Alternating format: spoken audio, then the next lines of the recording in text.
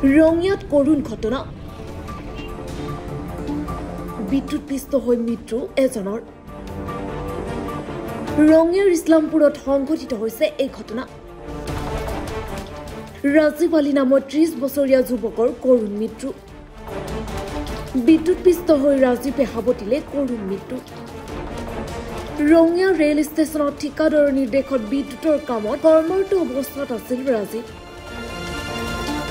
তাত হাই ভোল্টেজ তাৰত লাগি থকা বাহত লাগি প্ৰথম অৱস্থাত গুৰুতৰভাৱে আহত হয় ৰাজীৱ তাৰ পিছত ততাতৈয়াকৈ ৰঙিয়াৰে এখন ব্যক্তিগত চিকিৎসালয়ত অনা হয় যদিও কিছু সময় পাছতে মৃত্যু হয় ৰাজীৱ আলীৰ মৃত্যুৰ পিছত চিকিৎসালয়ত উত্তপ্ত পৰিস্থিতিৰ সৃষ্টি হয় শেষত ৰেল আৰক্ষী আৰু ৰঙিয়া আৰক্ষীয়ে পৰিস্থিতি নিয়ন্ত্ৰণ কৰে মৃত্যুৰ সময়ত পত্নী আৰু একমাত্ৰ পুত্ৰক এই ইহসংসাৰত এৰি থৈ যায় ৰাজীৱে